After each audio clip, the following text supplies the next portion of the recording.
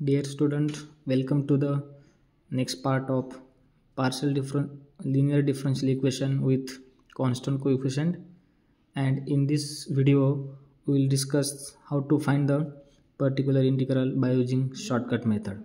Okay, we use the shortcut method for particular integral. So there are many rules. So in this video, we discuss the first rule, that is f of x is equals to e to the power ax is your function. Okay, so look at the very carefully. Rule number 1 is very simple. In this video, if f of x is equals to e to the power x is given, right, it means that this is your function, then particular integral is equals to 1 upon phi of d into e to the power ax. ठीक है, ये क्या है, हमारा एक rule है. जब हमारे पास e to the power x as a function दिया है तो हमें उसका क्या करना है, पर्टिकुलर सॉल्यूशन फाइंड करना है. तो हमारे पास हमें पता है पर्टिकुलर इंटीग्रेशन का फार्मूला क्या होता है, 1 upon five of D into F of x होता है. ठीक है, तो यहाँ पे एफ ऑफ एक्स मतलब क्या हमें गिवन है, e to the power ax given. तो मैंने यहाँ पे क्या किया, पुट किया है. अब देखो, अब उसके बाद हम क्या करना है, उसका पर्टिकुलर सॉल्यूशन फाइंड करना है. तो हम क्या करेंगे, put capital D is equals to small A in this term. Okay, so therefore we get 1 upon phi of a. I am replacing here only d is equals to small a, so I am write here 1 upon phi of a into e to the power x is as it is. Sometimes we have to put in d is equals to small a, then we get this term is equals to be 0. It means that this your case is a failure. Okay, then how to solve next part, your case is failure. Then if phi of a is equals to 0, then 1 upon f of d into e to the power x is equals to x upon phi dash of a into e to the power ax. अब देखो, इसका मतलब यहाँ पे क्या हो रहा है, जब हमारा केस फेल्योर हो रहा है, राइट, तो इसका मतलब क्या है, इसका आगे सॉल्यूशन हम निकाल नहीं सकते. यस, निकाल सकते हैं, लेकिन कैसे निकाल सकते हैं, हमें क्या करना है, उस जो भी हमारा टर्म है वो किस फॉर्म में है, न्यूमरेटर अपन क्या है, डिनोमिनेटर, और हमारा डिनोमिनेटर कैसा आ रहा है, 0 आ रहा है. देखो, जब इस डिनोमिनेटर हमारा 0 आ रहा है, इसका मतलब क्या हो रहा है, हमारे केस फेल्योर हो रही है. और जब केस फेल्योर होती है तो हमें क्या करना है, जो भी हमारा डिनोमिनेटर का टर्म है उसका हमें क्या करना है, फाइ डैश ऑफ ए लेना है, मतलब उसका डिफ्रेंशिएशन हमें क्या करना है. और न्यूमरेटर को क्या करना है, जो भी वेरिएबल है इस फंक्शन के अंदर उससे क्या करना है, मल्टीप्लाई करना है. और आगे वाला जो पार्ट है वो क्या करेंगे, एज इट इज़ रखेंगे. ठीक है, आई होप कि आपको ये वाला प्रोसीजर समझ में आया है. तो इसके ऊपर हम क्या करते हैं, क्वेश्चन देखते हैं. चलो देखो, इस क्वेश्चन के अंदर हमें क्या गिवन है, देखो हमें बोला है solve D cube minus 3d square plus 3d minus 1 into Y is equals to e to the power 2x into cos hx. ठीक है, अब देखो ये cos hx आ रहा है, इसका मतलब क्या है, ये हमारा हाइपरबोलिक फंक्शन है. किसी भी टर्म के अंदर जब ये चाहता है तो उसको हम क्या बोलते हैं, हाइपरबोलिक फंक्शन होता है, और उसकी एक अलग वैल्यूज़ होती है, वो हम आगे डिस्कस करेंगे कि वैल्यू क्या है. ठीक है, अब देखो, और क्वेश्चन में हमें ध्यान देके उसको क्वेश्चन को पढ़ना है. क्वेश्चन में क्या बोला है, हमें सॉल्व करने के लिए बोला है. और जब किसी भी डिफरेंशियल इक्वेशन का क्वेश्चन हमें सॉल्व करना है, इसका मतलब कि उसका हमें क्या करना है, जनरल सॉल्यूशन फाइंड आउट करना है. तो देखो कैसे सॉल्व करते हैं, step by step. Okay, look, I am writing here given differential equation. Given differential equation is D cube minus 3d square plus 3d minus 1 into Y is equals to e raised to the power 2x into cos hx. Okay, then I am write here the general solution of differential equation is क्या होता है, y is equals to yc plus क्या होता है, pi. इसको मैं equation number 1 देता हूँ. ठीक है, अब देखो yc का मतलब क्या होता है, कॉम्प्लीमेंट्री फंक्शन होता है, या इसको हम समटाइम्स cf भी लिखा जा सकता है. ठीक है, cf मतलब कॉम्प्लीमेंट्री फंक्शन, प्लस हमें क्या फाइंड करना है, पी आई यानी कि पर्टिकुलर इंटीग्रल. ठीक है, तो first to find Y C. Okay, Y C मतलब क्या होता है, हमारा कॉम्प्लीमेंट्री फंक्शन होता है. और कॉम्प्लीमेंट्री फंक्शन निकालने के लिए फर्स्ट स्टेप क्या होता है, जो भी हमारा डिफरेंशियल इक्वेशन गिवन है उस डिफरेंशियल के अंदर हम क्या करते हैं, D by D X is equals to क्या पुट करते हैं, कैपिटल डी पुट करते हैं. लेकिन जो भी हमारा डिफरेंशियल इक्वेशन गिवन है इस क्वेश्चन के अंदर वो already in terms of D के फॉर्म में है, तो ये वाला स्टेप हमें करने की ज़रूरत नहीं है। ठीक है, तो हम डायरेक्ट लिखेंगे therefore the D cube minus 3d² plus 3d minus 1 into Y is equals to क्या करेंगे, हम लिखेंगे 0। क्यों? क्योंकि हमें क्या करना है, ऑक्सिलरी इक्वेशन फाइंड करना है। और ऑक्सिलरी इक्वेशन क्या होता है, जो भी हमारा डिफरेंशियल इक्वेशन का लेफ्ट हैंड पार्ट है उसका हम क्या करते हैं, इक्वेट टू 0 करते हैं। ठीक है, देन ये जो y इस वाले टर्म को मल्टीप्लाई में है तो गोइंग टू ये वाले साइड गया तो क्या हो जाएगा, डिवाइड 0/y यानी कि इक्वल्स टू क्या हो जाएगा, 0। So I am right here D cube minus 3d² plus 3d minus 1 is equals to 0, and this is your auxiliary equation. Okay, we get auxiliary equation, instant we can find the roots of this auxiliary equation. Okay, look at this equation is very carefully because we have to find the roots now. ठीक है, this equation देखो, look at the highest degree in this equation is 3, so we can get the root of this equation is 3. Okay, so I am right here. तो आप ये जो equation है by using calculator भी क्या कर सकते हो, उसको सॉल्व कर सकते हो, नहीं तो आप इसको क्या करेंगे, बाय मैन्युअली सॉल्व करने के लिए हमारा जो सिंथेटिक डिवीजन मेथड है वो हमें लगाना पड़ेगा, क्योंकि इसकी हाईएस्ट पावर कितनी है, 3 है। ठीक है, तो चलो मैं यहाँ पे डायरेक्ट एक स्टेप लिख देता हूँ और बाद में आपको बता देता हूँ कि ये क्या है। d-1 cube is equals to क्या हो जाएगा, 0 हो जाएगा। ठीक है, अब ये कैसे 0 आ जाएगा, इससे हमने एक डी कॉमन निकाला तो हमारा जो भी टर्म बचेगा तो d-1 के क्यूब के फॉर्म में हो जाएगा। तो d-1 cube is equals to क्या हो जाएगा, 0। तो इसका हमने आंसर फाइंड किया तो d इज इक्वल्स टू कितना मिलेगा, 1 1 1। ये क्या है, this is the root of this auxiliary equation. Okay, तो हमें देखो रूट, उसके बाद हमें क्या करना है, इस रूट को क्या करना है, कंपेयर करना है, योर रूट्स इज रियल और complex. Okay, we have to understand what is real number and what is complex number. So you can easily say that this is a real and repeated values. Okay, so I am right here, roots of auxiliary equation is real and repeated. Okay, जब हमारे roots real और repeated होते हैं तो हमारा complementary function का formula क्या होता है, therefore complementary function is c1 plus c2x plus c3x square into e raised to the power क्या होता है, mx होता है। ठीक है, क्योंकि यहाँ पे c1 c2 c3 क्या एक कांस्टेंट टर्म है, और मैं 3 क्यों ले रहा हूँ, क्योंकि यहाँ पर हमारे पास रूट्स कितने आए, 3 आए। जब हमारे पास रूट 2 आएंगे तो हम क्या लेंगे, c1x plus c2x into e raised to the power mx। लेकिन यहाँ पे where m is equals to क्या है, 1, मतलब कि हमारा जो रूट रिपीट हो रहा है वो क्या होती है, हमारे m की वैल्यू होती है। तो हमारा रूट कौन सा रिपीट हो रहा है, 1 हो रहा है, तो m इज इक्वल्स टू क्या हो जाएगा, 1।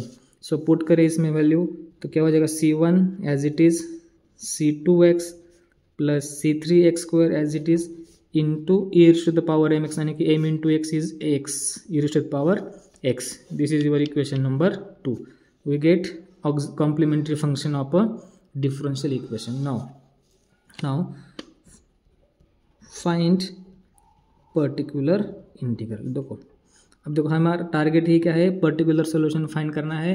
और पर्टिकुलर सॉल्यूशन फाइंड करने के लिए हम क्या करते हैं, डिफरेंट रूल देखते हैं, जो कि हम क्या कर रहे हैं इस वीडियो के अंदर रूल नंबर 1 क्या कर रहे हैं, डिस्कस कर रहे हैं। देखो अभी इस वाले क्वेश्चन को आपने अच्छे से देखा होगा, तो जो भी राइट हैंड साइड है हमारे क्या है, e raised to the power 2x into cos hx के फॉर्म में, यानी कि हमारा फॉर्मूला क्या था, जनरल फार्मूला रूल नंबर 1 क्या कह रहा है, हमारे पास f of x is equals to e raised to the power x होगा। तो हम क्या करेंगे, रूल नंबर 1 करेंगे और उसका हम क्या करना है, पर्टिकुलर सॉल्यूशन फाइंड करना है। ठीक है, अब देखो पर्टिकुलर सॉल्यूशन का फॉर्मूला क्या होता है, मैंने उसको ढूंढ किया PI से, तो हमारा फॉर्मूला क्या होता है, 1/phi of d into f of x, right.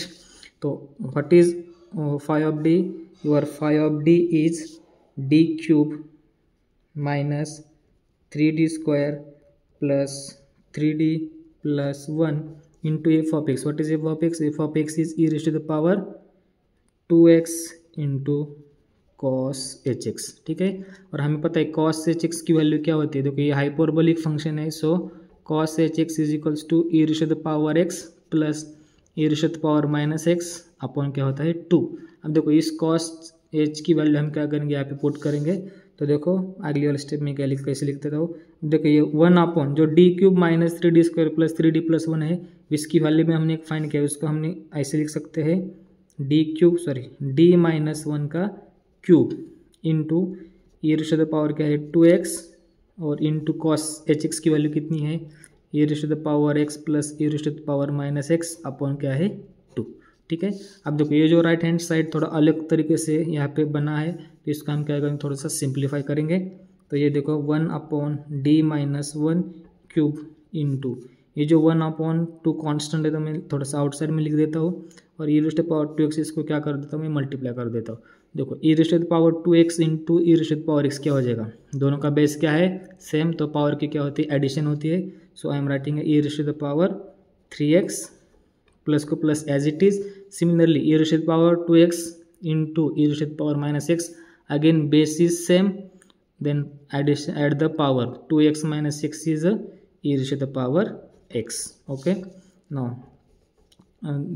look at again simplify this step 1/d minus 1 cube as it is, then 1/2 into e raised to the power 3x plus 1/d minus 1 into power cube into e raised to the power क्या है x। देखो मैंने क्या किया है इस वाले step में, जो 1/d माइनस 1 क्यूब ये दोनों टर्म को मल्टीप्लाई में के फॉर्म में था, तो मैंने अंदर ब्रैकेट में क्या किया उसको मल्टीप्लाई किया है। ठीक है, अब देखो इस वाले टर्म को थोड़ा सा अच्छे से ऑब्जर्व करो और इसी टर्म को थोड़ा सा अच्छे से ऑब्जर्व करो, तो हमारा जो भी रूल नंबर 1 है इसके जैसे हमें क्या करना है उसको सॉल्व करना है। मतलब कि ये F of X is equals to किस वाले फॉर्म में e raise to the power x के फॉर्म में, x मतलब यहाँ पे 3 है और यहाँ पे x मतलब कितना है 1 है। ठीक है, तो चलो हमारा फार्मूला क्या होता है 1/5d, 5d means d minus 1 cube into F of X is 1/2 e raise to the power क्या है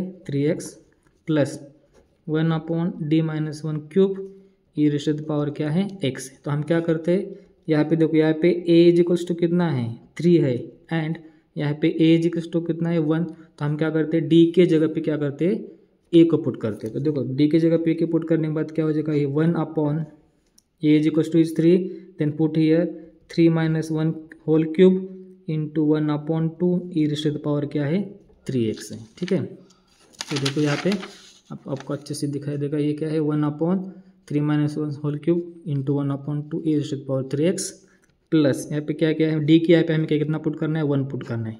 ठीक है, 1 minus 1 whole cube e raise to the power 1/2 into e raise to the power क्या है x। यहाँ पे 1/2 में लिखने को भूल गया है, ये वाला याद रखिए। ठीक है, अब देखो इसको सिंप्लीफाई करिए थोड़ा, और 3 माइनस 1 इज 2 और 2 का क्यूब इज क्या हो जाएगा 8, और ये 1/2 e raise to the power कितना है 3x प्लस। अब यहाँ पे देखिए ये क्या हो रहा है 1 माइनस 1 0, और 0 को क्यूब किया तो कितना वाला है, कितना आने वाला है 0 आने वाला है, यानी कि वही 1/, कितना हो रहा है 0 हो रहा है।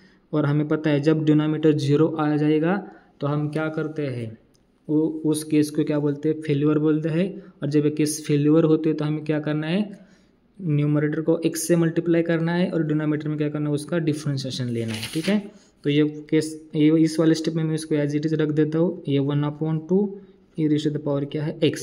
लेकिन एक चीज़ याद रखना है, जब हमारे पास और एक रिजल्ट है उस रिजल्ट से हम क्या करते हैं इस वाले स्टेप को और अच्छे से सिंप्लीफाई कर सकते हैं। देखो हमारे पास एक रिजल्ट होता है d माइनस a raise to the power क्या होती है r, और e raise to the power